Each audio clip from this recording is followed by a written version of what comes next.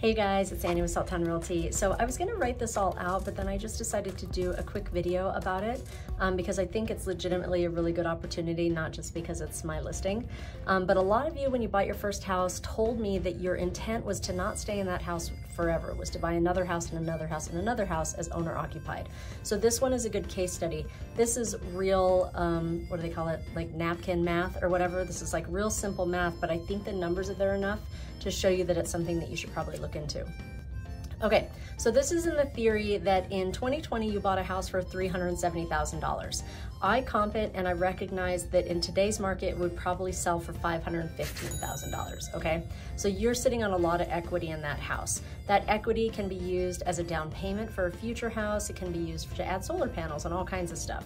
But more notably, rents have gone up in that period of time. So this would be for like Salt Lake County, this would be in areas that you'd wanna live. So probably within, you know, the I-80 loop, something in there, that's where this one is coming from.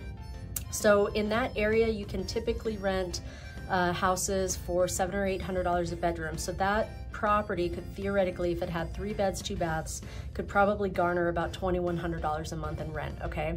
If you got like a 2.5 or 2.8% interest rate because presumably you refinanced, then your payment currently is probably right around $1,600 a month.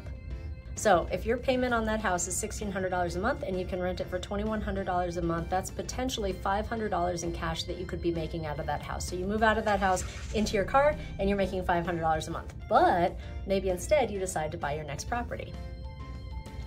So your next property is $650,000. That's what this property is that I'm showcasing for you right now. So that property is $650,000, but it has 2 houses on that property. So you can move into it as an owner occupied and then rent one of the other houses. Let's do it in the conservative way where you live in the front house, which is 2 beds and 1 bath, and then you rent out the back house. My current clients were getting $1,500 a month from that property. So if you add the $500 you're getting from your other property, plus the $1,500 from that, that's $2,000 off the mortgage that you'll get on a $650,000 house.